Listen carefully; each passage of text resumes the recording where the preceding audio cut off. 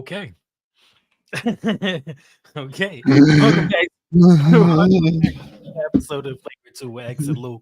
If you haven't done so already, please hit our YouTube channel, like, share, subscribe, and hit the notification bell so you can be tuned in to all of our newest episodes. Another day, another dollar. Yeah. At least for Dame. Oh man. Yeah, where we starting at? Oh. Where we starting? Um, Let's talk about these injuries. It's like a lot of. First of all, Ben Simmons just need to give up basketball. I'm just gonna start there. oh, this wasn't even gonna have nothing to do with him. But jeez, I don't think that man has he even played again since he came back for another chance. I know they shut him down. Oh, that's why. That makes sense. Oh Lord, I'd have had to play him. That boy had more comebacks than Jordan.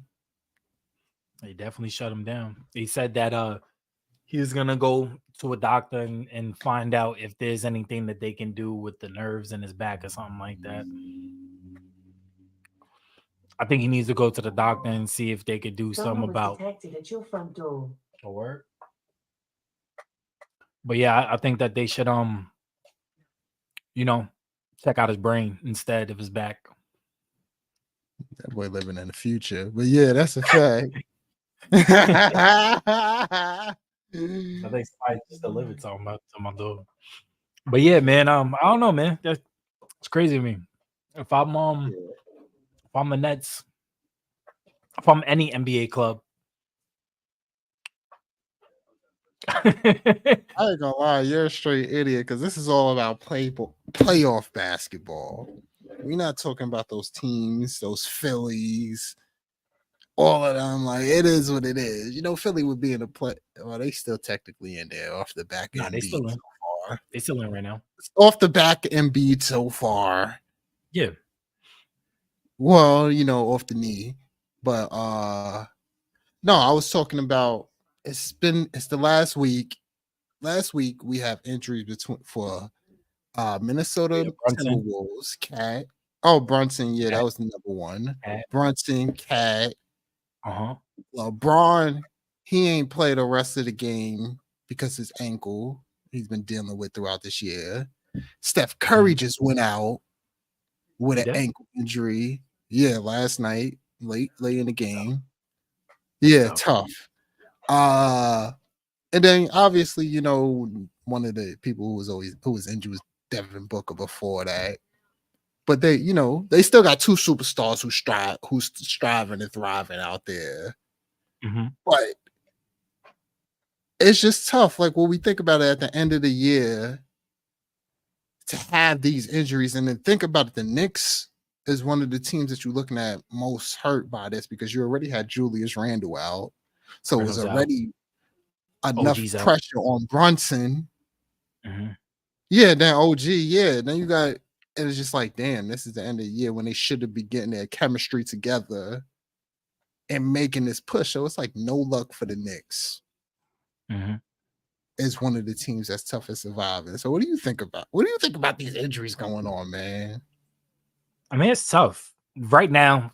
Like we said at the beginning of the season, like the beginning of the season before the play-in and all that, it's not like, that's you're using the beginning of the season to kind of get mojo, get cohesion, everybody, getting in sync with each other.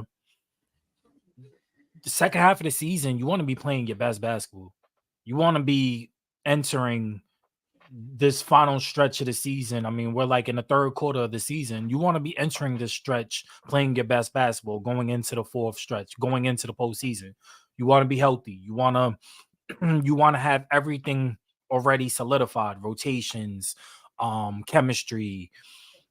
There's so much that goes into that. You don't want to go into this stretch injured because now, let's say a month before playoffs start, a month before the postseason, now you gotta get readjusted to the speed of the game because you got to get reconditioned.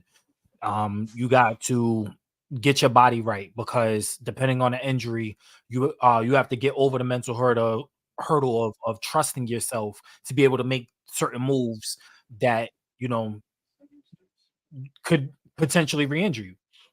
Uh, you have to get your body and your mind right for the physical part of basketball. Banging in the paint and Hmm.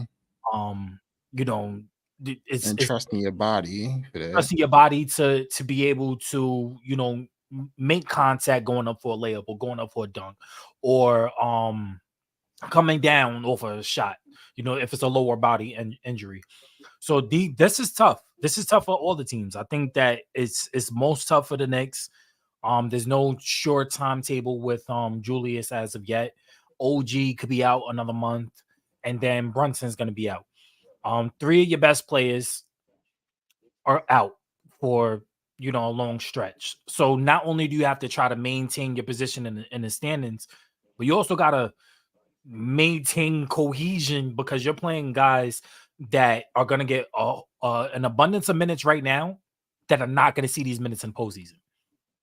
So it's tough, man. It's tough, and then you got to trust these players. There's a lot of Mhm. do I play the eighth, ninth man on a bench that I probably wouldn't play down a stretch and trust him right now, and then hopefully you trust him enough where you know, God forbid injuries last a little bit longer, you're gonna have to keep them and trust them in the playoffs. It's tough. It's tough. And Yeah. then certain teams, Warriors, Lakers, I wouldn't say Minnesota, but Minnesota, it could be like I would say tier two, scary injury because of Cat. Cat Hmm. being second, third best player on the Timberwolves, behind Anthony Edwards. But for the Lakers and for the Warriors, two of your best players go down. What are you gonna do? What are you Yeah. gonna do? LeBron goes down. LeBron is the force. He's the engine to that car. AD might be driving. It's not gonna go anywhere without the engine. LeBron's the engine. Same with Steph. You could get somebody to come in and drive it. Might be Hmm. decent.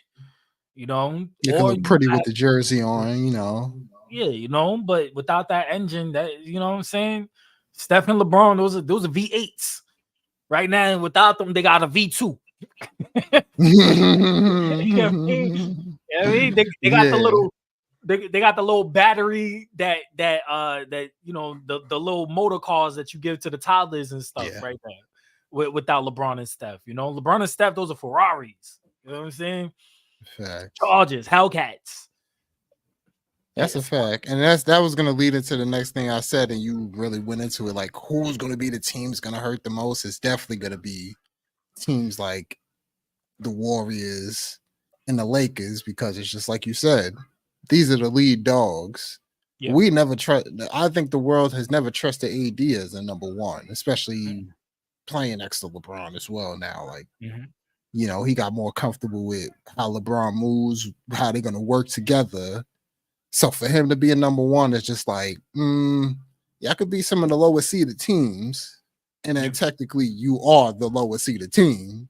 yeah, So it's tough, especially going through with the stretch of the games. And then the Warriors, come on, like Warriors without Steph Curry, like that's a no brainer. That's almost the Embiid situation going on. I wouldn't say fully Embiid, like once he leaves, but it's just like he moves the needle so much yeah. I that it's wouldn't say just fully like, Embiid because I think that no, curve no, is a that's why I said, because it's not, it's not, it's the coach. They have a better they have supporting a better cast culture around too. him where they'll, Yeah, where they'll still move in some remnants of Warrior basketball. Right now, Philadelphia looks completely different. There's no way you can move because you yeah. got a There's guy there's who no way dropped that you could 70 replicate. points. Yeah, there's no way you could Yeah, replicate at least Embiid. without Steph Curry, you could replicate it. You've seen what they did with Jordan Poole. They Yeah, replicated the same play style. Like, you could mhm, do that, but having Curry obviously makes it way bigger. And then yeah, it goes into like you said, Minnesota. They, like, that's one of the teams that I could see surviving a cat injury, but yeah, you can't win it. Like, it's tough to say you can't win without Cat, because Cat becomes that X factor as well as far as Yeah. floor spacing. Because the thing that Gobert takes away floor spacing, Yeah. but it's Cat's floor spacing, which opens up the floor even more. Yeah. It creates a different dynamic on offense for them that they're not gonna get with Kyle Anderson in there. Mm. Like, And then so they it's like, almost lost Anthony Edwards last night. bro, Anthony went up top. That's the future right there. That man went, Yeah. oh Lord. And I said it, he gonna feel that in the morning. In his post game, he's like, yeah, I feel it in my head. You know what I mean? I'm like, man, he went up high for that. He definitely Which did. He was said that's which the was a highest he ever done. fantastic, bro. He was up That there. he wanted that win. He missed. Like, you missed that free throw. You got to make up for it, man. Yeah, And it's facts. like, yeah, you mess up on offense, man. You got to go up on that defensive end. And then the other team that's obviously they used to survive without injuries that's making a run right now is Phoenix. That's one of the other teams who can survive this injury run. But the Knicks, yeah, they definitely can't because that's your big three gone technically. Yeah. Yeah, So I think out of all of them, I agree. I think out of all of them, I would say the Warriors and the Knicks are the two teams, because without Steph draws so much attention on the court. You have to account to where Steph is as soon as the ball is inbounded. It's a little bit different in New York, whereas it's a collection of people that can attack you at different levels of the offense, and not having Randall kind of benefited Brunson because he was a little bit more focal. But then not having OG, now you don't have a defensive stopper and a consistent 3-point shooter. But you ended up getting it with DiVincenzo. Yeah, I said it right. DiVincenzo. Yeah, there you go. Okay. But not having Brunson is tough.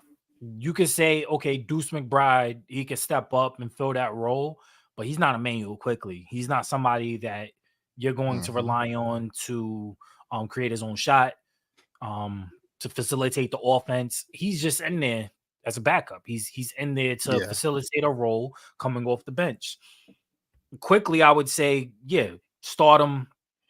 Quickly could probably still keep the engine running because I think that he's a lot more athletic than Brunson, and he's a lot more trickier to guard because he's a lot more faster than Brunson. Brunson is, he's a little bit more methodical, a little bit more slower, get into his spots. It's Brunson is like if James Harden was a smaller point guard. Like, that's Brunson's game, a little bit more slower, methodical. Let me get to my spots. Let me move a little bit. Okay, go ahead.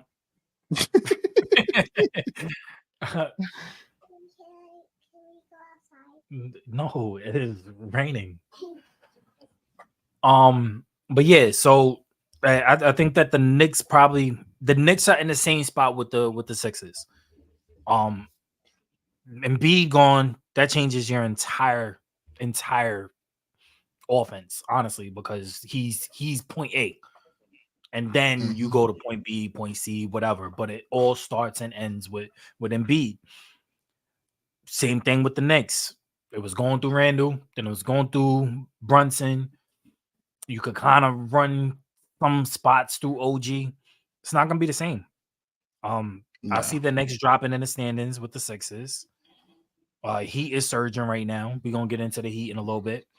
The Pacers are still right there, and I still think that the Cavs are a legitimate threat in the East. Yeah. No, that's a big fact. Who else? Nobody else is really injured. Right? I think we went through all the injuries. Everybody else is surprisingly, the Clippers have been relatively healthy. Yeah, the retirement home over there. Yeah, they've been good. Yeah. And the Suns have enough star power to overcome. It's not like the other teams, whereas like one star goes down, then it's like, woe is me. Steph goes down, it's a huge loss. LeBron goes down, it's regardless if you have AD or not, it's a huge loss. Suns, Book could go down. KD could go down. Bill was down for majority of the season. Yeah. It's not really much of a big loss because you're not going to drop off of your offense. Your offense is still going to come from one of those big three. Yeah, that's a fact. Because any day you've seen it, every single one of those big three in Phoenix dropped 40 points already this season. Yep. So it's just like you got somebody who will go for 40 points at any time between those three. So it's like it's going to be a fall off somehow on offense, but it's just like it's not you're that much still going to get six. Yeah, you're still going to get 60, 70 points between two of them every night, regardless. Yeah, you just need your role players to step up, which they have been. Grayson Allen has been Grayson Allen going crazy. Yeah, you have even Nurkic, is that his name? Nurkic? Oh yeah, it's a big man Nurkic. That man had 30 rebounds.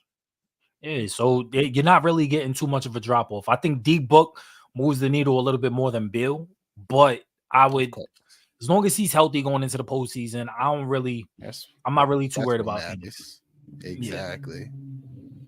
Yeah, I'm not worried about that. But yeah, let's talk about Miami though. Is playoff Jimmy finally pulling up? Playoff Jimmy, I feel like it's too early for playoff Jimmy.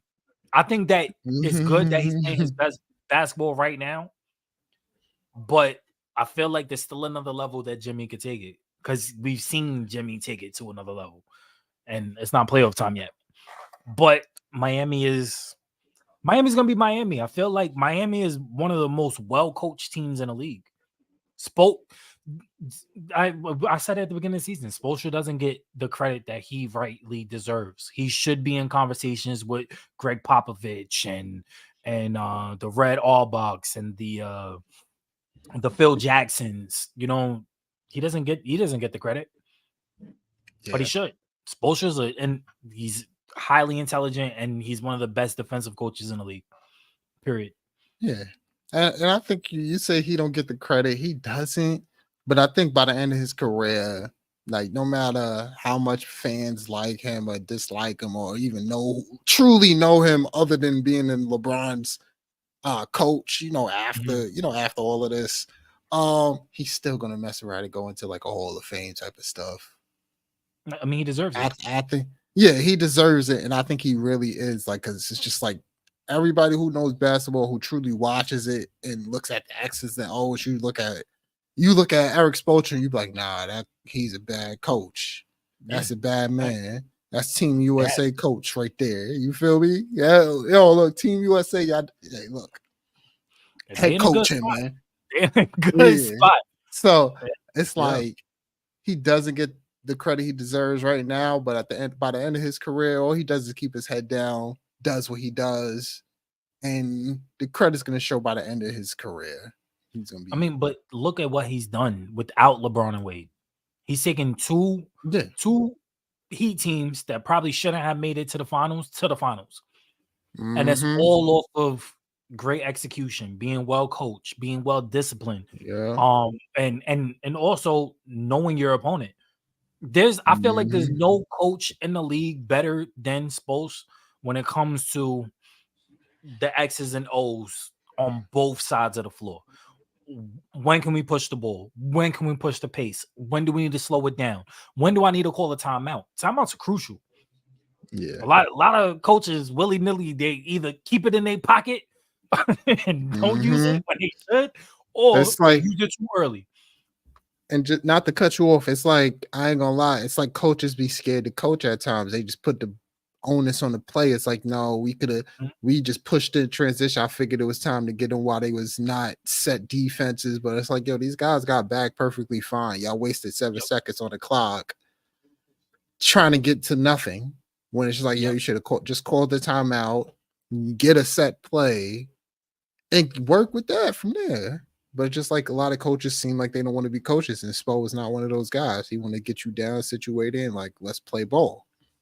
Right. And like I said, he's one of the best defensive-minded coaches in the league too.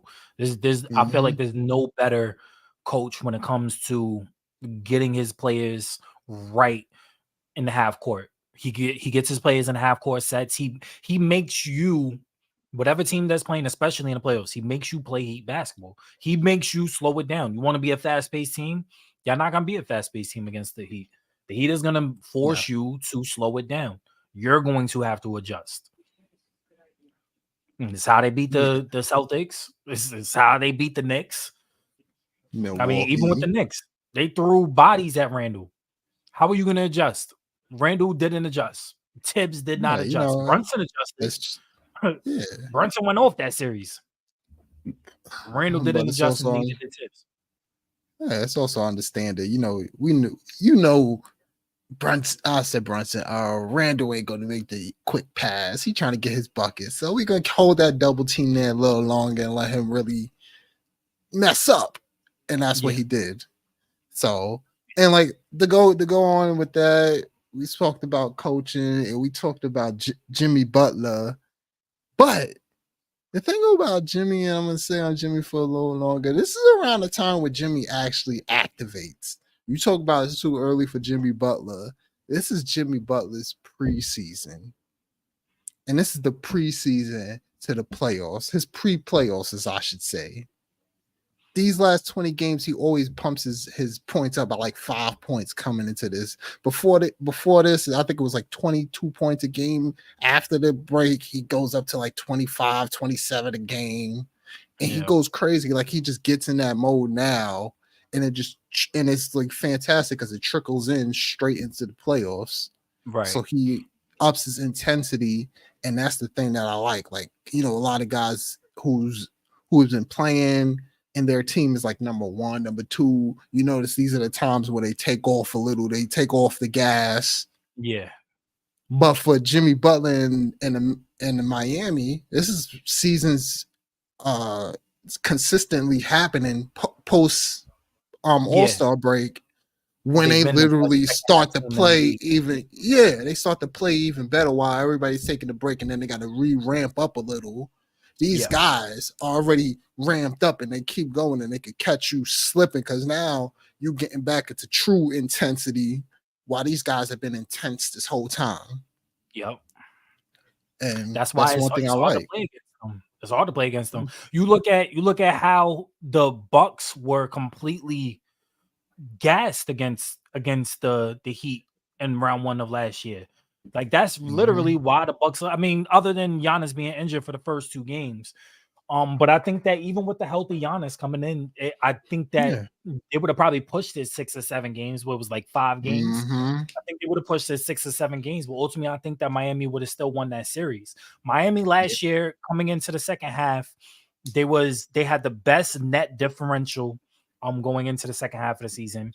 They had the best defensive metrics going into the second half of the season, and they also had the best record going into the second half of the season. So you take those 2 aspects and look at it from a microcosm. Yeah, this is like I said, getting the last segment. This is when you want to be playing your best basketball. This is when everything should be clicking and everybody's moving on all cylinders, so that the last 2 weeks of the season you can, all right, we could chill a little bit. We could take our foot off the gas. Miami's not going to do that though. Miami's going to play hard. They're going to play hard all the way until they get eliminated in the playoffs. That's just who the Heat are. That's their culture. And I love the Heat. I love the Heat. There's a whole bunch of no names on the Heat that you don't hear about until you get to the playoffs, and then you're like, oh, it's just a whole bunch of dogs. Whole bunch. It's like because they get the best out of them too. Because you see it, they get the best out of all their players. I think the only player that left them and was playing fantastic is in Cleveland. Max Strus. No, they got Gabe just hasn't been. Gabe Vincent needed. Gabe hasn't been. Yeah, that's what I'm saying. He hasn't been healthy. So and then when he was playing, his role was kind of different. So he didn't get the most out of him. The Spanish kid who should have got the Western Conference Finals MVP. Oh, I forget his name.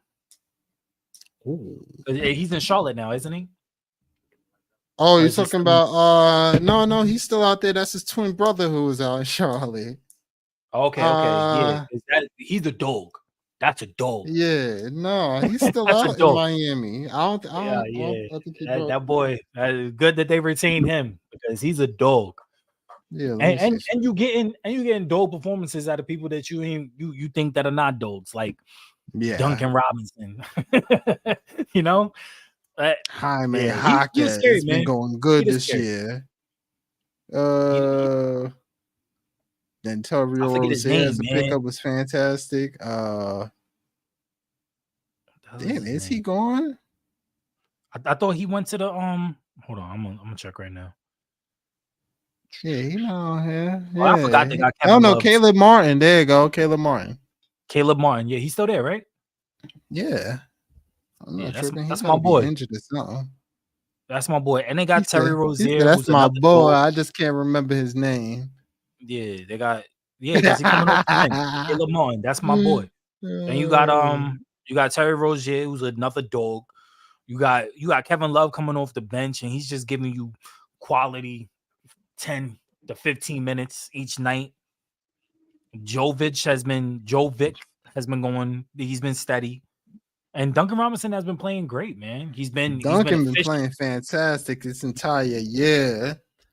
Only person I could say that hasn't been as consistent is Hero. But Hero has Yeah. always been a streaky. I'm gonna go off Mhm. tonight. Tomorrow, I don't know. you know, but Yeah, that's a I fact. feel like you need at least one guy that's like that. Yeah. And now they Give got you a two with Terry Rozier and Hero. with Terry Rozier, I feel like when he goes off, he goes off. But he's not there to go off. He's there to facilitate the route. He's there to be a point guard. I think don't get me wrong, yeah, he is. But at the end of the day, he's still one of those people who throughout his career have been a hot and cold. Yeah, no, And now that's he's finally this final year, he finally realized, like, all right, maybe if I'm actually just good in the pick and roll and I work on that, and that's what got him where he's been playing better this year. Because at least you can trust him in the pick and roll to make the right decisions. In his defense, he has a better pick and roll mate with Bam. Yeah, but even though when he was in Charlotte, and Melo been injured, he's been showing that he could do that, and obviously that's what the scouting department in Miami saw, because they're a fantastic organization, and they go and pick him up, man. So it's just like that's a fantastic pickup for them. But it's just like at the end of the day, I don't know. It's just because they're a big spot, their front court position, even though you got Bam. Oh shit! Pleasure. Excuse me. Thank you. Even though you got Bam, you ain't really got much of a true good front court like that. They play fantastic. They space the floor. You got Kevin Love coming off the bench, but after Bam, it's like, who else is going to give you some minutes in that front court for real? Who's going to be fantastic? And that's the thing that you got to worry about. I think Jovic, they have more for defense, but Jovic has been all right. He's been solid. And then you still got Kevin Love. Kevin Love has been solid throughout the season. And yeah. And they got Bryant. Bryant, but we talk about he's just been there. He's been on the bench. He's been getting boomed on by Wemby. That's his highlight from the season. If you notice, it was him like, oh shoot, this guy's really big. Like, dude, you're 6'9". Like, go punch this guy. Go punch him, bro. You coming off the bench? Go punch Wemby. Yeah, facts. Like, Facts. Where's I was just about to say you know what I'm talking about. Haslam. There we go. That's what you need right there. You need a Haslam. You need to be Haslam, bro. Go punch him or something. Where he at when you need him? So it's just like, I don't know. We got to see what goes on with them boys. But I don't know. I don't believe in their front court as far as like, obviously outside of Bam. Yeah, I don't obviously either. Bam and Butler, like, yo, other than that, everybody else in that front court, hey, Bam's got to play fantastic. Facts. But let's give LeBron his flowers. Let's give him his flowers, man. LeBron, 40,000 points. First NBA player with 40K. Yeah. And he might be the only. I don't think there's I don't think It's there's gonna be nobody anybody that's gonna play as long as him to have at a the high level. consistency. Yeah, because it's not like he's played 20 seasons and hasn't. I think that Kobe probably could have got there if Kobe never got injured, but LeBron is literally the definition of health and wealth. Like literally the And, and you got to give him a little bit of luck too, because he came in just when you could come out of high school. We got to think about that too. Yeah, that's all. That's all. Because I think that he would have probably spent like a year or two in Ohio State. But other than that, I mean, you gotta give him his flowers, man. People could say what they want about him, hate the kind of player he is, whatever. He doesn't take clutch shots. He'd rather pass it, this, that, and a third. Well, guess what? He has 40,000 points. It's about 5 to 6,000 more than your favorite player. So, Yep, and when I say that, I say like favorite player as in Michael Jordan or Kobe and shit like that. But at the end of the day, 40K that's a lot of points. 40K is 40K, and it's just like this is something too that like I know we watched it, witnessed it, and it's like coming from the beginning, and the word that I used was witness for a reason. Because we watched this from the beginning, how much pressure was put on this man's shoulders to be the next GOAT, like with so much hype that came into this game, the NBA with, and this man has held up to all of that. Love him, hate him, he's still going out putting up numbers. He's breaking records nonstop, and it's just like something that you like. And I'm a LeBron hater to the max.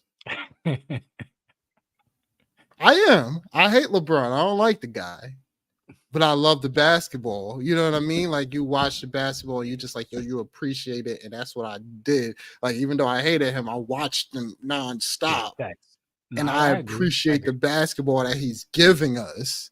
Yeah, I agree. I'm a hater too. He never came to the Knicks, so. I'm a hater. So it's just flirted with us a little bit.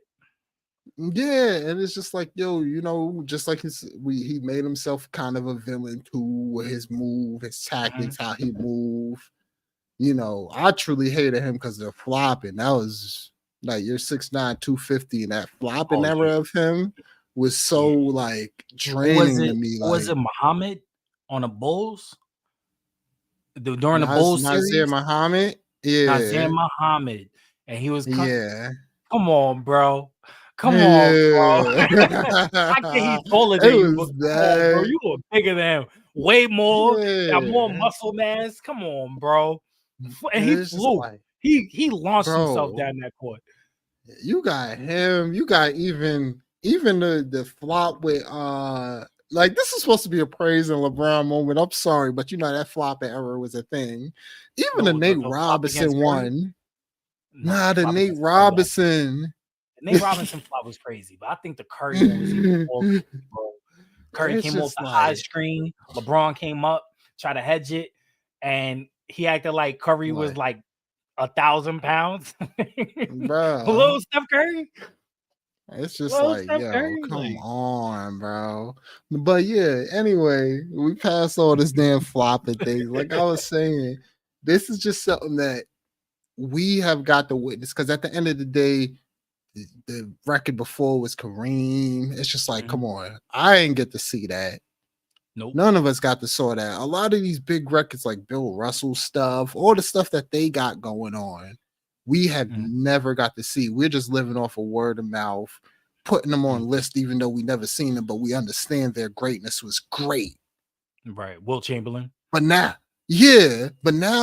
we got to live through the Jordan era. Like, even though he was kind of still young, we was old enough to watch that and realize what was going on for the point. But this one is the true one that you're of age, truly watching great basketball and like, yo, this is what we got to see from the start to the end of his career, to the point where his sons are coming into the league and this guy's on the sideline watching his kids play. Yep. which is fantastic. Like, you know what I mean? So it's just like you gotta love it, as an NBA fan to see something like this. Are you getting Gotta teary eyed, respect my nigga? God damn, what the fuck? who, me? No, Yeah, I thought you were no, making teary eyed and shit like no. I just looking at my phone. I got it. But no, I agree though. I agree. You gotta respect the legacy and the longevity that he's instilled to this game. And despite him going to different teams and not staying with one team, like Mm, other known superstars, Dirk Nowitzki, um, Kobe, etc. He's he still left a lasting impact on the league. Period. yeah. He wasn't your prototypical three. He was a guy Mhm. that could guard 1 through 5. He was a guy that could do a little bit of everything. He was like a better shooter than Magic, but he was literally Magic Johnson. He could pass the ball. His vision like his court vision, bar none, second to nobody. I don't think I've ever seen anybody his size with the vision that he has on a court. Mhm. And I mean, we could talk about his GMing skills. I hope he doesn't go into that role when when he retires. But No, other than not. that, I mean, he's kind of constructed, good guys around him, and he knows the type of player he is, and he knows the type of guys that he needs around him. And he's engineered that to happen in all three of his stops. So you gotta give it to him. 40,000 points, like I said, is a lot. Is a lot. And playing 20 years and being healthy for each, he's never had a major injury that's taken him out, and he had to sit for like a year and a Mhm. half. He's literally played 20 years, started 20 years. It's incredible. So shout out to LeBron, even though I hate him. Yeah. Oh Best play in shit. NBA history. Are we talking about the Ant Edwards one, or are we talking about something else? No, no, I meant I put this as in shaping up to be the best play in NBA history. Oh, the best play And in. just yes, the best Um, play in as far as team wise, right, the right, right, star right. power in it.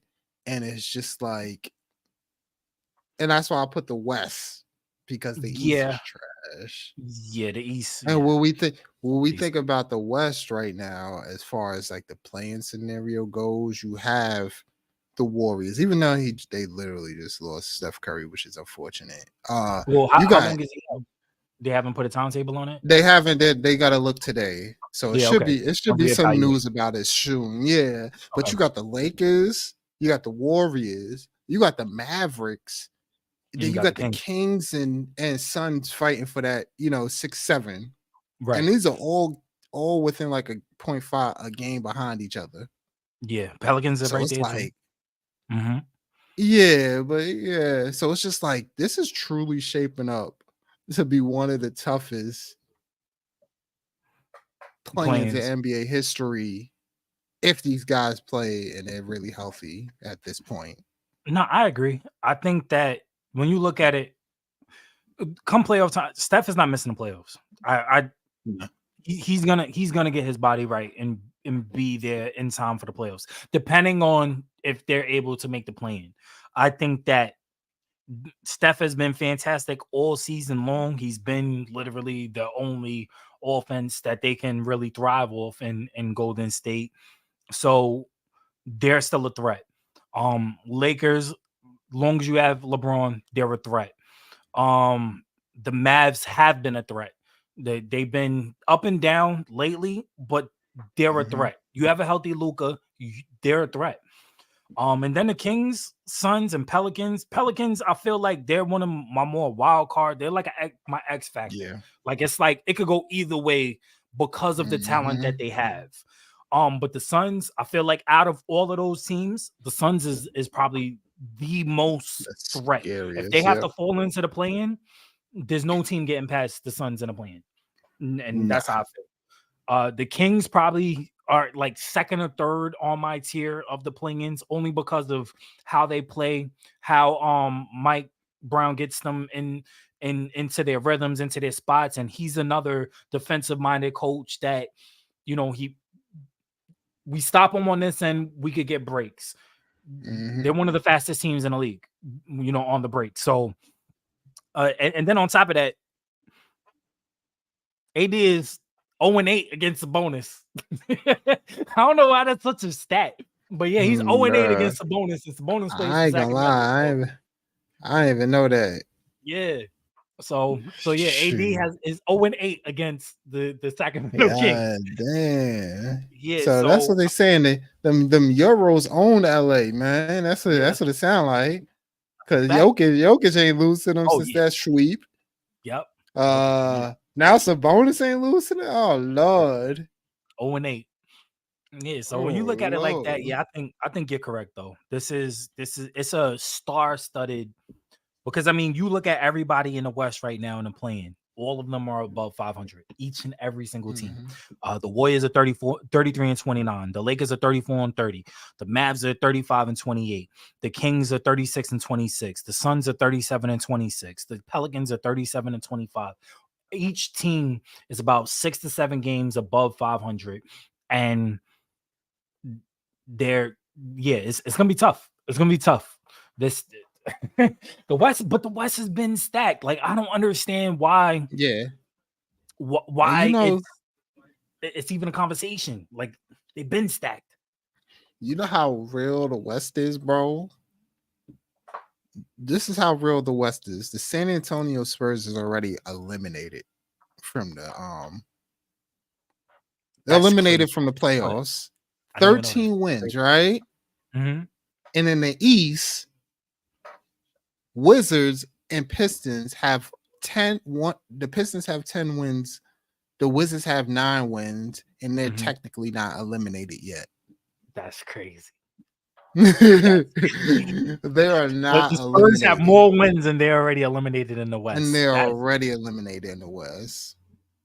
So it's just like that. Just goes to show how much top heavy the East truly is, and how spread that talent is in the West. That is actual crazy. So this playing stuff that everybody hated is truly turning out to be one of the best additions to the NBA. Simply because of Miami. Miami truly pushed that narrative by making it to the finals. That was the best thing that could have happened to the NBA. Yep. And now this year, the fact that these are the teams that will possibly be in the play-in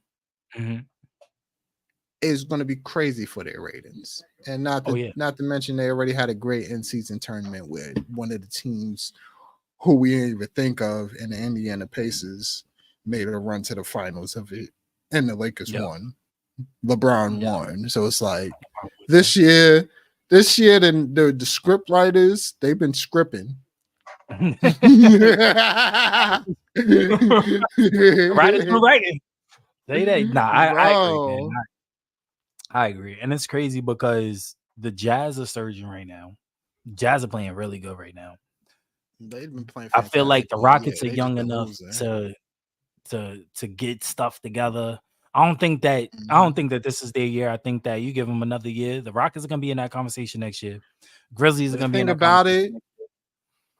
And it's tough because the thing about it, the Rockets have 27 wins. They have more than the people eliminated in the East already. Who's at Brooklyn?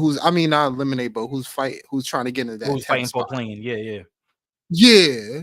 So it's just like the West is just crazy for them. It's just tough that team's in the West. You know what I mean? If this was Jazz and the Rockets, 28 and 27 wins respectively. And you go I think the league's gonna 11, do 12, bro. Huh? I think the league. This is a whole different tangent. I think the league's gonna do it eventually, where it's like they already started it with the All-Star. Yeah, like the conferences have to change, especially coming soon. It's gonna have to, bro. Honestly, I want them to go back to the old format. I remember there was 2 formats. It was just like how in the what was it? In the NFL, there's the AFC and the NFC. It used to be like that in the NBA. It was there was the Eastern Conference and the Western Conference, and then it was divided by They still have that division. Yeah, but they divisions. don't Yeah, go they by still them have no it. more. They don't go by the divisions Yeah, anymore. It's not like they go by it if it's like a tiebreaker, but it's never what a really that. tiebreaker. That's the only way that they'll go by it. But I want them to go back to that format where it's like 4 teams in each division. And you could Oh, keep the right. I see Eastern. what you're saying because it's just like, yeah, go ahead. I'm listening. Yeah. So if you go Speaking of, back to that format where it's because right now it's just Eastern Conference and Western Conference. The only mhm. time that they'll go by like or Atlantic Division or whatever is if it's a tiebreaker and they need to decide the wins and losses and Yeah, the who's going seeding. to the playoffs. But they even gotten rid of that sort of because of the playing. So if you go back to a traditional format of East and West with divisional, and you put 4 teams close, like you would have the Cavs, Knicks, and let's say Brooklyn and whoever, right? 4 teams in this one division. Then you go division, just like in the NFL or even in baseball, where you can kind of bracket them off, and because now it's like there's no division winners. It's whoever's first in the league in one division, Yeah, and I mean one conference, and whoever's first in the conference in the other. Like that's it. But it used to yeah, be but division. yeah, they had it more so situated like that. But the way it's set, it's like it's 3 divisions in each It was 3 one. divisions. But they don't do Yeah, that it's anymore. like that, and it's 5 teams in each one. But it's tough. How you Mhm. gonna get 8 teams? You know what I mean? I mean, but that's what I'm saying. Look, there's 32 And then when teams. you do it, if you think How many about it, teams? you It's got the 30 teams, Boston right? Celtics in Atlantic. Mhm. Central, you have the Bucks is number 1, and then Mhm. Southeast for the East, you have the Magics. Like it's basically shaping up the same way you would probably even think anyway. Well, I think that So they don't do that if you take the top specifically. if you take the top 2 from each one, you Mhm. would have Boston Knicks, right? Bucks, Cavs, Orlando Magics. I say Orlando and Miami. Mhm. So it basically would be what it is right now because that's I the mean, top yeah, but what I'm 6. just saying that they should go back to the divisional kind of because I mean, when you're playing for your division, it's like in football. When you're playing for your division, you're playing to ultimately be the best So in you your division. saying you saying that the Boston should be playing the Knicks when they first start then there. No. It would They're in still the go. same stuff. It would still go according to seeding, but Okay. the seeding, yes, the seeding would change according to the divisions because then you have your division winners. So a team like I, let's say like the I said, Pacers.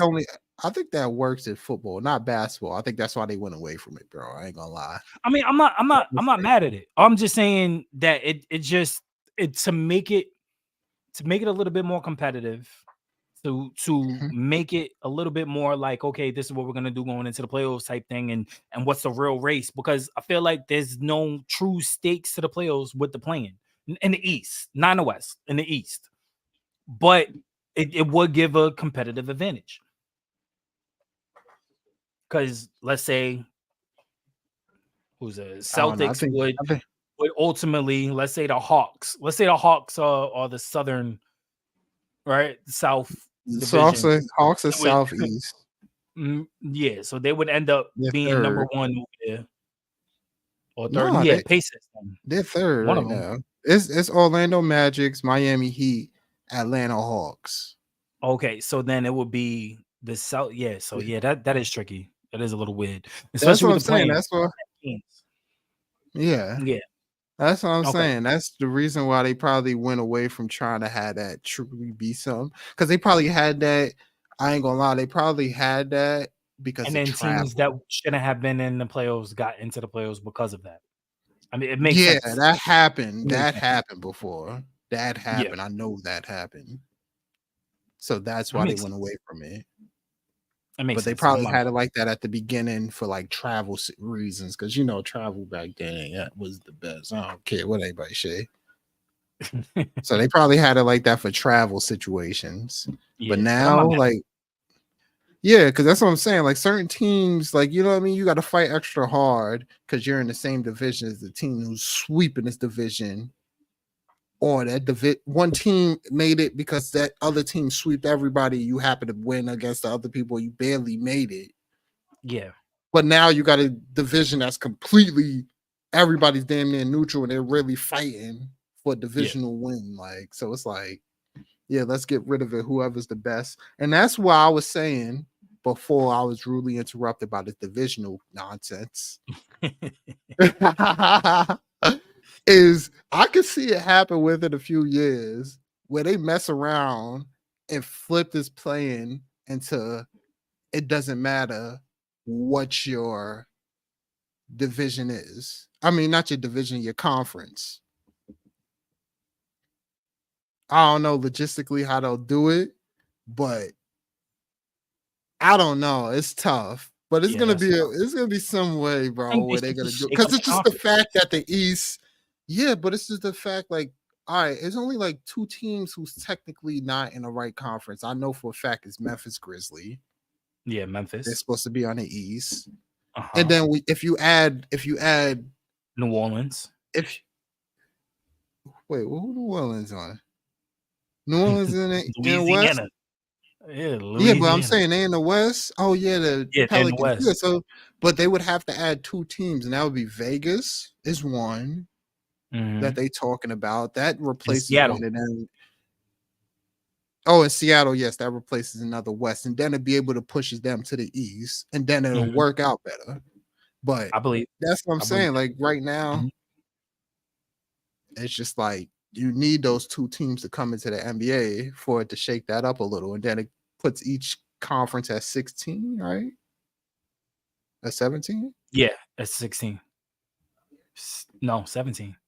Because you're adding No, two. It's 16. It's 16. Because you're adding You're adding two no, it's teams. 17. It's 17. You added 2 Mhm. teams. Yeah, 17. Adding 2 teams. So 2 teams will move over because it's Yeah. 15 teams. Nah, it's You're 17. moving 2 over and you're adding 2. So it'll be 17. Yeah. Yeah. Mhm. Yeah. Hell yeah. They need those 2 teams to come, man. To A make this a Vegas little team would because be it's just exciting. like we always it's just the fact too. It's just like and people say it about basketball all the time. They be like so much half the teams making into the finals, not the finals, the playoffs. Playoffs, yeah. And that's what they be talking about. And it's just like they gotta shake it up a bit. Anyway, we talking about all of that. Let's get into the next subject, the final subject. We don't have to take too long. Cause I know you're tired. But I think it happened to be, look, guys, it's not me. I'm always ready. It'd be this guy over here. This guy, he always delays the shows. This is him. Put me out there. Okay. But every time that he delayed the show, it turned out to be a fantastic time. And so I think he just needs to continue doing this. We on my time, baby. We on my time. And we ain't gonna talk about that Central Time. The last night we had a finals preview of what the better odds, the favorites to make the finals. Celtics and the Nuggets. Celtics and the Nuggets. We had a Jaylen Brown explosion. He went off for 40 points, 41 to be exact. We had an absolute dud from Tatum and Jason Tatum. We had Jokic showing that he's the best player in this entire series with a triple-double. Yes, talk about it. Jamal Murray was fantastic. And what did you what was your takeaway from this, bro? What did we see? I've been saying it all season long. All season long. Why isn't Jason Tatum a superstar? Why don't I consider him a superstar? Because where is his clutch gene? When you are playing against the best team in the other conference, right? Not even in your own conference. You don't see them Not enough. even in your own conference. It don't matter. You gotta get these wins. At the end of the day, I gotta see if I want to get to where I gotta go. I gotta see who's gonna be in the other conference and who's the best team in that conference. So I want to play against them. I want to play against Oklahoma City. I want to play against Phoenix. I want to play against Minnesota. But I want to play against Denver, the reigning NBA champions. Yeah. As a superstar. Because let's talk about superstars. Let's talk about superstars for a second. Kobe Bryant, superstar. Dog. Mm-hmm. A word. Best team in other conferences coming over here. Yeah. It's up. It's up. Mm-hmm. Carmelo Anthony has done it. LeBron has done it. Dwayne Wade has done it. You got young superstars doing it right now. And Jokic and Embiid and even in Luka. Dogs. How are you considered a super? You want to be in MVP conversation so bad, but you don't act like an MVP. You want to be a superstar so bad. You said there's only 7 or 8 superstars in the league. You're not one of them. He's not. There was a statistic that I meant to screen share it. I meant to send it to you. It was on Twitter, and they ran up his clutch minutes and points this whole season. Out of all stars, he ranks dead last in points, dead last in defensive metrics, dead last in offensive metrics, dead last in plus minus. How are you last, but you're considered the superstar, the face of the Boston Celtics? Last night, face of the Celtics was Jaylen Brown, not Jason Tatum. The last like 2-3 nights since the dunk contest where Jaylen Brown made a mockery of himself, he's been going off. Yeah. Jason Tatum, no. And I said it. If Jason Tatum wants to be this superstar, if he wants to prove to me and everybody in media and everybody, he has to give me one performance, just one. Last night was the time to do it. Last night, they lost by like 6, I think. Yeah. And down the stretch, they got within like 3. Mm-hmm. That's when Tatum needs to. Yep. But guess who they had doing that? It was even you had crazy step back shots from damn, why's his name escaping me? By Porzingis, Kai Cenat. Yup. What's Kai? Who's Kai? What's his name? You know who I'm talking about? Drew Holiday. Yeah. He's Kai. Well, I forget his name. He's Kai Cenat. And it's just like, and this is what I was telling you when we was talking about the Celtics the other day. And I hate, I'm light skin as light skin can be. So I understand and I know, but light skin motherfuckers, y'all be soft. And we seen it from the Warriors game to this game, even through the Cleveland game. It's just Jaylen Brown plays with more force. Like he'll go to the basket, he'll get in those spots where it's like we clowned him the other year for all those turnovers, but he was trying, even though Tatum wasn't there, so he didn't really have that spacing. Yep. But it's just like, Tatum, you have all of them here. Go ahead, play with some force like you're trying to get downhill for real. Stop settling for these jump shots. You have small, and this thing that pissed me off was that Cleveland game is because you ran your play, got you into position where you had Darius Garland on you and you did a fadeaway. And it's just like, yo, you got to force that way. Like, will we even think about the time with that LeBron foul? LeBron forced his way to the basket. The foul didn't get called, but he put himself in that position where that foul should have been called. Yep. And it's things like that where it's just like, go ahead. No, speaking of fouls, he went to the line twice. You gotta understand. The thing is, when you look at the synergy, they have all the crazy stats. They took so much jumpers because they're a jump shot team, but it's just the fact, and we talk about how the Warriors don't get calls. The Warriors at least try to get to the basket. Facts. Tatum sees somebody in front of him and he's like, you know what? I actually have a good mid-range game. I have a good three. Let me do a step back or let me get to the mid-range where it's just like, yo, a lot of the great, no matter what you call it, a lot of the great superstars play with force and they'll get their way. They have a finesse game. We think about all the smoothest scorers, Kobe, Jordans, they have finesse games. But we got they get to the line. Some of their craziest highlights, no offenses at the line. You got Kobe hitting the free throw with Achilles, with no Achilles. You got Jordan with his eyes closed. Yep. You know what I mean? Like we have moments even with them at the line. So it's just like, yo, you got to play with more force, and that's the problem. He didn't play with enough force for his team to actually go ahead and get this, because it's like, yo, you get to the basket, even if you take a crazy shot over three people, you got Porzingis right next to you who could possibly clean up. You got players next to you like who could clean up around the basket, make things happen.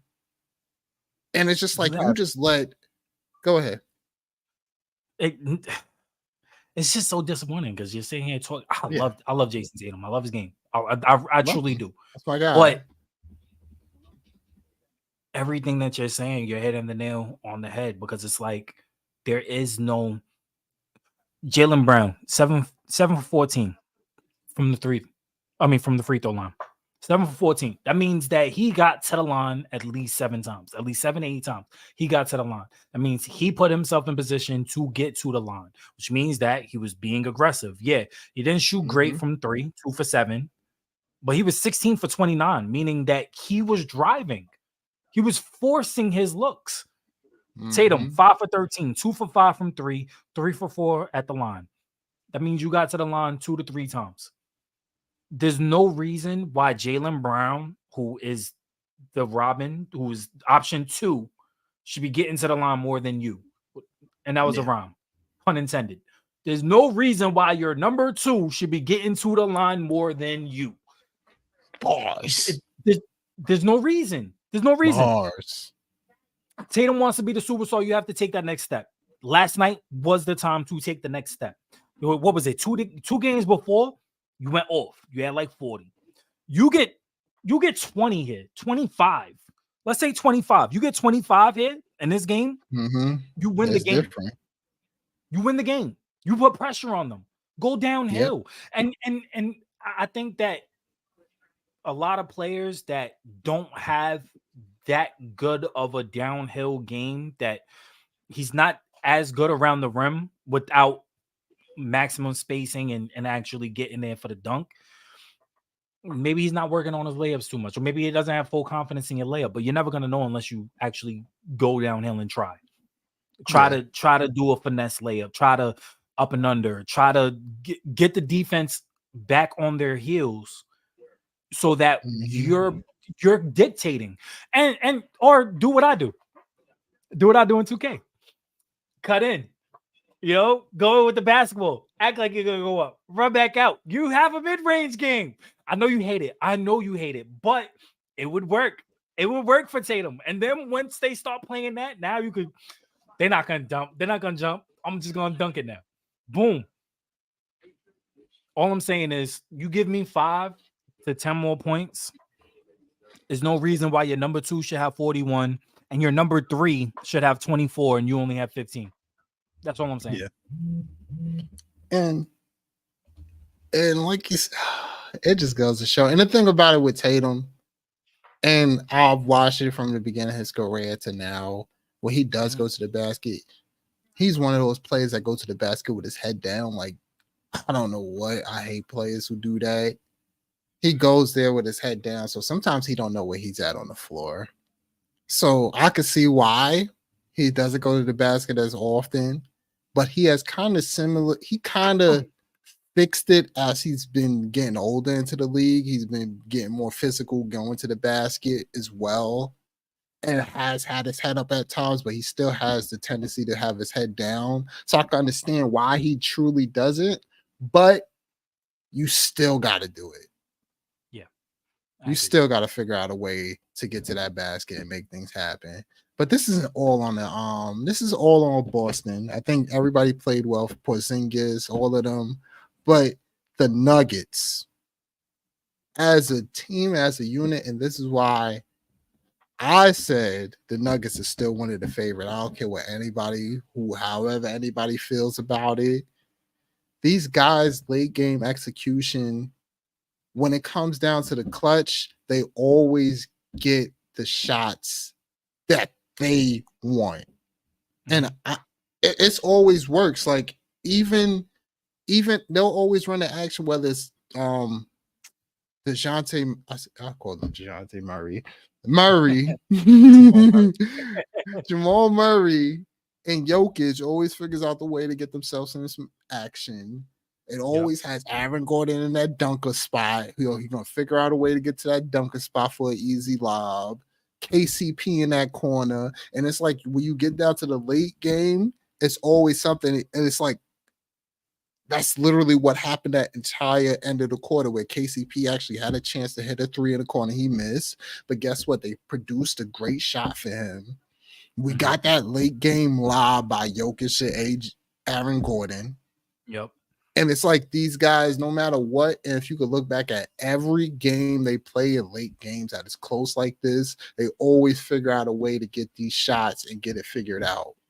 And then you look at Boston and you're like, it's more of a committee thing, but it's just like, yo, get yourselves in your positions for your strengths. Yeah. This is what the Nuggets do, and they always out execute at the end. Other teams, no, and that's why I always sit there and be like, they don't have it. The Nuggets play with force and tacticians. They got a tactician in that court. I mean, on the court with Jokic and on the bench with their coach. Yeah. And it's just like, Boston, you got to sit there and do that. You got to figure out a way to do that because these mid-range shots, these jumpers are killing you. You got to get to the basket and play with a little more force, as you can see the Nuggets do. No, I agree. I still think it's gonna be these two teams in the finals, but yeah, man. But who we having as a favorite? Because at the end of the day, my favorite is gonna be the Nuggets because the Celtics never get over the hump. We thought they figured it out how to get over the hump a little, and with that Warriors series, that Warrior game, and it's like, all right, cool. That was a fantastic win for them mentally. Not just beating them by 52, but mentally, because those are the bigger brothers who beat them last year that you had to beat to get over that hump. And now, you finally beat that brother, but now it's like a bigger brother just came out of nowhere in these last 2-3 seasons, and now you got to beat them up, and it's just like, damn, are we ever gonna really put ourselves, because the Nuggets had complete, I don't care what you say throughout that whole thing, even though the Boston made that little run, the Nuggets had complete control where it's just like the Celtics could watch that game back, and I know they're watching it back like, damn, they really had us regardless, no matter what. We had to get lucky to win that game. Yeah, they needed Jason Tatum to step up to win that game. Yeah. And hey, that's what happens when you don't play with force. I hope Tatum gets it together, man. I've been rooting for him to be, a superstar, the next face of the league, etc. But I don't know. It just feels like time. I mean, because he's not getting any younger. What is he? 24, 25 now? Mm-hmm.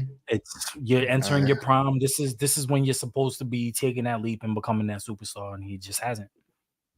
Nope. And you would think so because he has so much experience, but hey, all right. Take us out of here.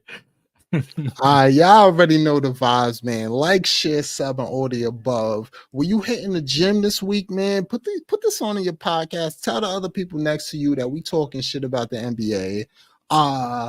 Let your spotter know. Let the fine girl in the front, the receptionist, know. Let your trainer know. It's going down over here, man. Let's get it, man. Yeah, next week, man.